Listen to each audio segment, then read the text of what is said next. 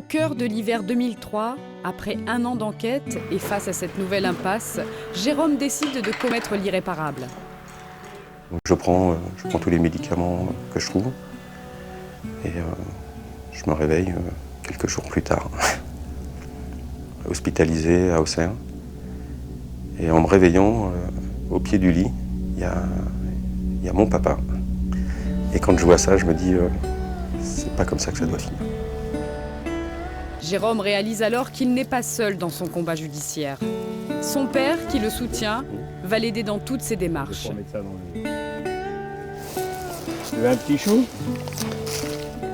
Soutenu par ses proches, Jérôme va se consacrer uniquement à la traque de son agresseur, au détriment de sa vie professionnelle et sentimentale. Jérôme a eu beaucoup de courage, hein, parce qu'il y en a plein qui auraient abandonné vu tout ce qu'il y avait à faire.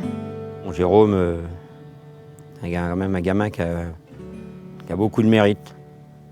Ouais, je ne veux pas dire que je suis fier de Jérôme, mais si. Et les efforts vont finir par payer, puisqu'il finit par retrouver une victime de son agresseur, dont les faits ne tombent pas sous le coup de la prescription. Le fait d'avoir un dépôt de plainte avec des faits non prescrits, ça va permettre la nomination d'un juge d'instruction au parquet d'Auxerre. Un juge d'instruction qui va faire un très bon travail en reprenant les éléments que j'avais versés au dossier préalablement et qui jusque-là n'avaient pas été exploités. Et ça va permettre de retrouver une autre victime également. Jérôme touche enfin au but du combat de sa vie. Michel va devoir répondre de ses actes, mais au dernier moment, son agresseur va réussir à se dérober à la justice. En juillet 2009, alors qu'on était en bonne voie pour y aller au procès, Michel va se suicider.